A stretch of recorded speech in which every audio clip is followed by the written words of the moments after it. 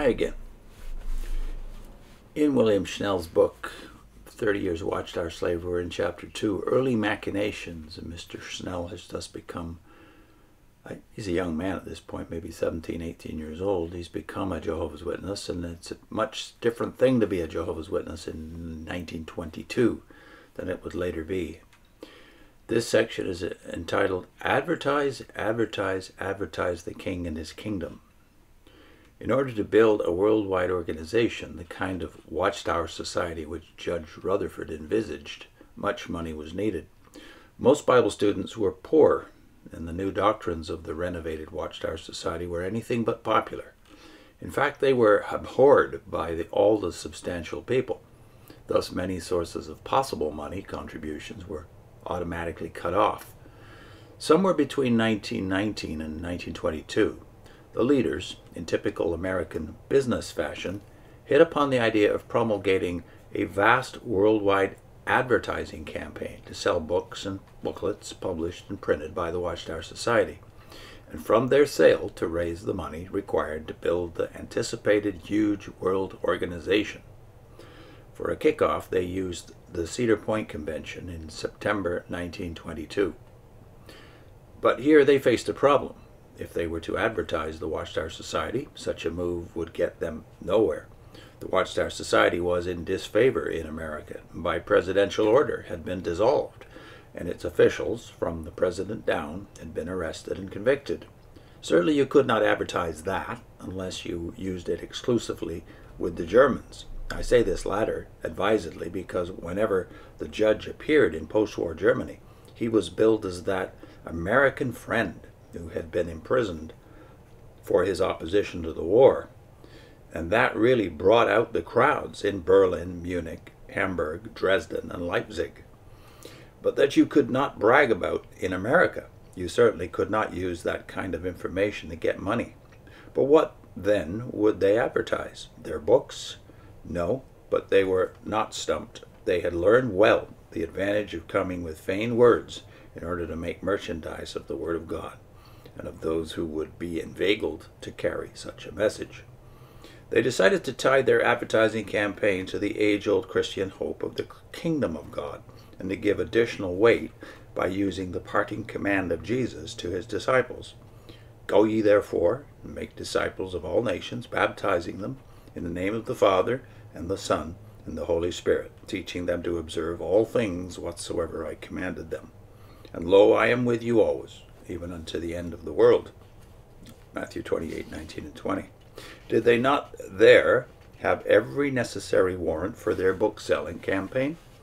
In ostensibly using this mandate, they gave their campaign the forward focus of the time of the end, and gave the impression that they were now commissioned in a special way over and above the age-old commission. So those in attendance at the Cedar Point Convention saw printed upon a huge scroll, as it slowly and dramatically unfolded from the top of the stage down to the platform during the convention at Cedar Point, the striking slogan, Advertise, Advertise, Advertise the King and His Kingdom. Christians know that this advertising campaign of Christ and His Kingdom began back there in AD 33 and has been carried out without interruption by the followers of Christ all over the world throughout the last 2,000 years. Proclaiming the kingdom of God is not something new to Christendom, but the truth of the matter is that it has always been done inadequately, and never on the scale and with the zeal and enthusiasm which wholehearted devotion to God demands. By using the slogan of Advertise, Advertise, Advertise the King and His Kingdom, Watchtower leaders cleverly hoped to set up an electrifying contrast, and through this contrast they hoped unobtrusively to cover the true purpose of their campaign.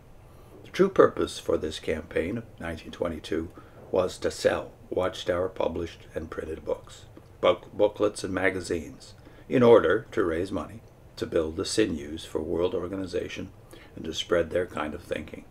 From that time on, Watchtower leaders continued to utilize a historical background of Scripture to establish the legality of their campaign and its correctness. They used Israel's experiences as a budding nation, from her exodus to the building of Solomon's temple, as a blueprint for the building up of their organization. Inferentially, they use the Exodus scripture, especially Exodus 11, verses 2 and 3. Speak now in the ears of the people. Let them ask every man of his neighbor, and every woman of her neighbor, jewels of silver and jewels of gold. And Jehovah gave the people favor in the sight of the Egyptians. This historical spoils system, which legitimately arose out of Israel's slave labor of over 100 years, for which they received no wages whatever, and by which slave labor they had immeasurably enriched Egypt, and to which spoils they were justly entitled, the Watchtower Society used to buttress their thinking, to give the color of legality to their going out and despoiling people of the world, whom they glibly called the Egyptians, in order to build up their organization. Anyone who has not been hypnotized by the Watchtower machinations will immediately realize that this is highly unethical. Whereas the Israelites had true cause to avail themselves of the spoils, and their cause was blessed by Jehovah, it cannot be asserted by the Watchtower organization that the world owes them spoils and a living, just because they are the Watchtower organization. To use the taking of spoils from the Egyptians as an ethical basis for receiving contributions from the peoples of the world by the Watchtower organization and Jehovah's Witnesses is surely based on very slipshod thinking, and is highly unethical and unchristian. Later I will show how profitable this campaign became for the organization. And that's the end of this chapter. Next time it's entering Watchtower slavery. I'll put in a link to our discussion of the advertising campaign, Advertise the Kingdom. Based on the Proclaim This book, they're still bragging about this period from 1919 through the early 20s, as if it's a great heroic gesture, when actually it was a cynical manipulation of Rutherford to try to get men back on side who had been disappointed by the non-fulfillment of prophecies in 14, 18, 20, and would be again in 1925. But the Millions campaign and the Advertise Advertise campaign were very wise, because they were slogans that caught on very rapidly, and a whole bunch of new people who weren't, of course, disappointed in the previous Russell years joined the organization in the post-World War I era and early 1920s because of the advertising, which, by the way, was a new idea at the time. This idea of consumer society really caught on in a hurry in the 1920s, and the good times began, and the Watchtower became a new religion, really. So next time, entering Watchtower slavery, chapter 3. See you soon.